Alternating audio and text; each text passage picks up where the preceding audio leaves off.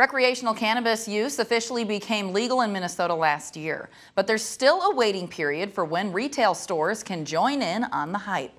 As store owners prepare for the day they can sell hemp legally, our KIMT News 3's Sananda McCall shares what they're doing in the meantime.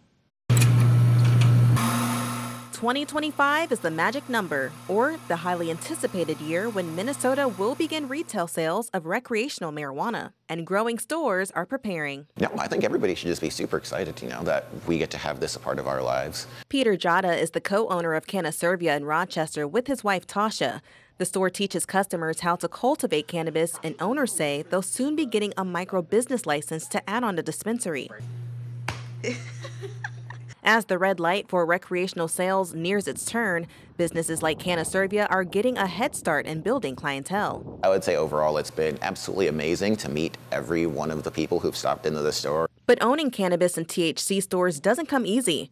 It can come with rocky relationships with federally regulated banks, since cannabis is only legal on the state level, marketing barriers, and regulation challenges.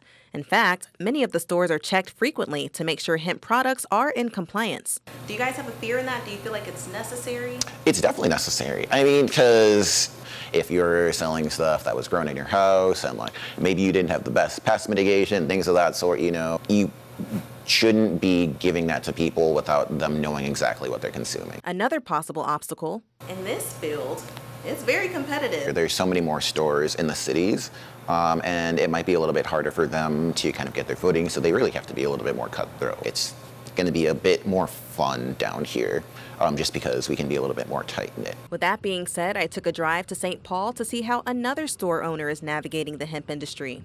It's definitely not the path of least resistance, and I think it's a huge learning experience. I spoke with Glenn Brown, owner of Grow Up. He describes the online store as the cannabis version of a distillery or a brewery. His business contacts have helped transition his products into nearly 200 stores across Minnesota and in Atlanta, Georgia. It's a double-edged sword when they come check out the retail location, because it just wouldn't be the carrier or the retail owner that'd be at stake.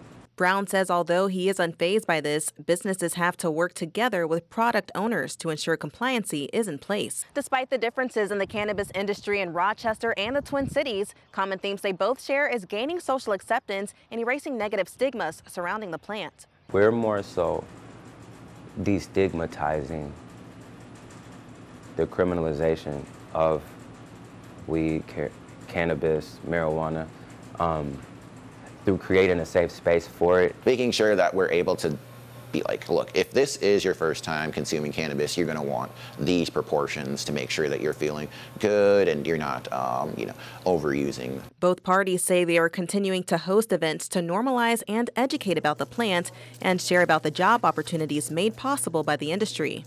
And between August 2023 and early 2025, there's plenty of room for growth. Sananda McCall, KIMT News 3. And according to the Minnesota Office of Cannabis Management, the tax on cannabis product sales will be 10%. That's in addition to state and local sales tax.